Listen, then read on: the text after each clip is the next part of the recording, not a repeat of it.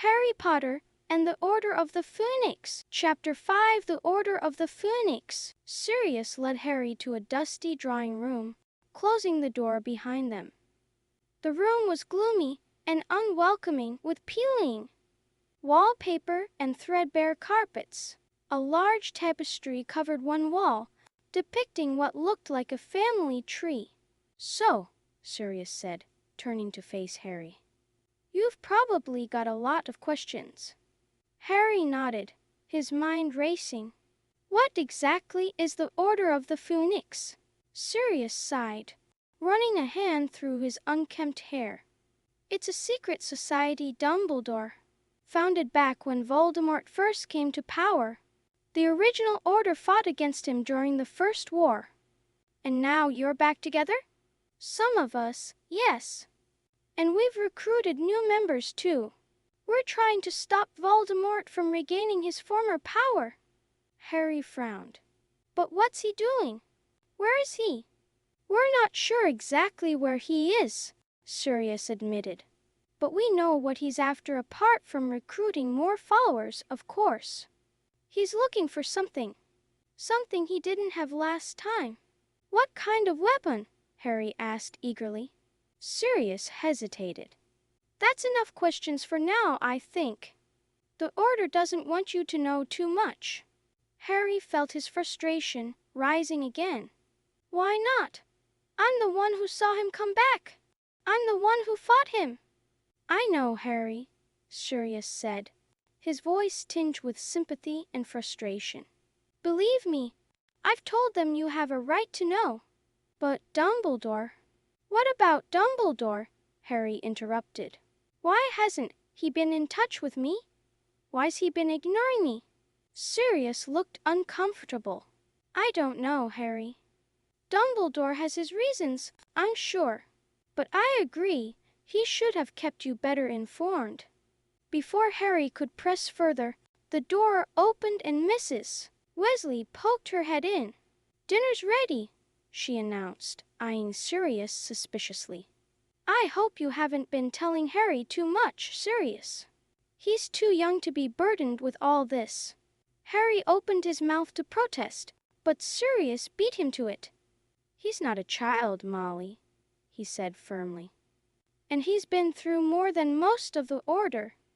Mrs. Weasley's lips thinned, but she didn't argue further. "Well, come down to eat, both of you. Everyone's waiting." As they made their way down to the kitchen, Harry's mind was buzzing with new information and even more questions. The gloomy house seemed to press in around him, full of secrets and hidden dangers. The kitchen was a cavernous room with rough stone walls. A long wooden table dominated the center around which sat various members of the Order. Harry recognized some faces: Remus Lupin, Tonks, Mr. and Mrs. Weasley, Bill Weasley. Others were unfamiliar. As Harry took a seat between Ron and Sirius, conversations hushed momentarily before resuming at a lower volume. He could feel eyes on him, curious and assessing. "So, Harry," said Mr. Weasley, clearly trying to include him, "how are you feeling about your hearing?" Harry's stomach lurched. In the excitement of leaving Privet Drive, he'd almost forgotten about his impending disciplinary hearing at the Ministry. "I'm a bit nervous," he admitted. "What if they snap my wand?" "They can't," Lupin said reassuringly. "They don't have the right to expel you without a proper hearing. And you were acting in self-defense. Besides," Tonks added, her hair now a vivid shade of violet, "Dumbledore's got it all under control. He'll be there to defend you." Harry nodded, not entirely reassured. As the meal progressed, he found himself observing the dynamics around the table. There was an undercurrent of tension, particularly between Sirius and Mrs. Weasley.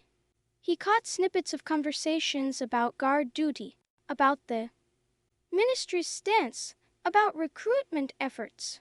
After dinner, as people began to drift away, Sirius leaned in close to Harry. "Don't let Molly coddle you too much," he muttered. "You're not a child, and you have a right to know what's going on. I'll tell you more when I can." As Harry climbed the stairs to bed that night, his head was spinning with all he'd learned and all he still didn't know. The Order of the Phoenix was fighting against Voldemort, but in secret, hampered by the Ministry's denial. And somewhere out there, Voldemort was gathering strength and seeking a mysterious weapon.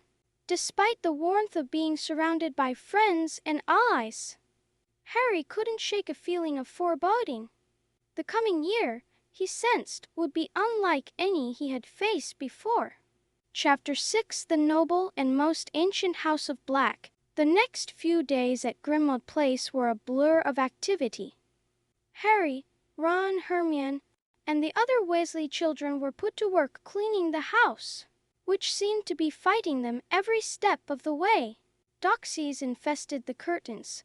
A gal rattled pipes whenever it felt the house was too quiet, and there was an ominous rattling coming from inside a locked writing desk. One afternoon, as they tackled a particularly stubborn patch of Doxies, Sirius joined them. He seemed in unusually high spirits, whistling as he helped spray the curtains. "I haven't had this much company in years," he explained when Harry questioned his good mood. "It's nice to have the house full again, even if it is this old dump." As they worked, Sirius began to tell them about the house's history. "This has been the Black family home for generations," he said, his voice tinged with bitterness. "Noble and most ancient House of Black, and all that rubbish." He led them to a room Harry hadn't been in before. The walls were covered with an immense tapestry, embroidered with golden thread. At the very top was the title, "The Noble and Most Ancient House of Black." "Tojers purr. You're related to all these people?" Harry asked, scanning the intricate family tree. Sirius nodded grimly. "All the pureblood families are interrelated. If you're only going to let your sons and daughters marry other purebloods, your choice is very limited. There's hardly any of us left." As they examined the tapestry, Harry noticed several burn marks, like cigarette holes. "What are these?" he asked, pointing to one. "Ah, those are where family members have been disowned," Sirius said, with a hint of pride. "My dear old mother did that whenever she felt someone had betrayed the family's pureblood mania." He pointed to a particularly large scorch mark. "That's me. I ran away when I was 16. Harry stared at his godfather, a mix of admiration and sadness welling up inside him. "Where did you go?" "Your dad's place," Sirius said, a fond smile crossing his face. "The Potters were really good about it. They sort of adopted me as a second son." As Sirius continued to explain the complex and often dark history of his family, Harry felt a growing appreciation for the challenges his godfather had faced. It made Sirius's rebellious nature and fierce loyalty to his friends even more impressive. Their conversation was interrupted by Mrs. Weasley calling them down for dinner. As they made their way to the kitchen, Harry's mind was buzzing with all he'd learned. The pure-blood ideology that had driven Voldemort's first rise to power wasn't just an abstract concept. It had torn apart families like Sirius, leaving deep scars that still hadn't healed. At dinner, the conversation inevitably turned to Harry's upcoming hearing. Mr. Weasley would be taking him to the Ministry, and he began to brief Harry on what to expect. "Remember, be polite and stick to the facts," Mr. Weasley advised. "You were defending yourself against Dementors. That's all that matters." Harry nodded, but he couldn't shake the knot of anxiety in his stomach. As he looked around the table at the concerned faces of his friends and the Order members, he realized how much was riding on this hearing. If he was expelled, he would lose not just his education, but his entire connection to the wizarding world. That night, as he lay in bed, listening to Ron's snores, Harry's mind raced with worry.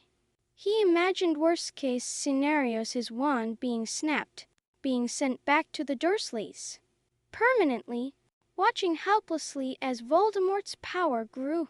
But mixed with the fear was a steely determination. He had faced Voldemort, had escaped death multiple times. He wouldn't let the Ministry intimidate him. Whatever happened at the hearing, he would face it head-on. As he finally drifted off to sleep, his dreams were a confused jumble of long corridors, locked doors, and a sense of something vital just out of reach.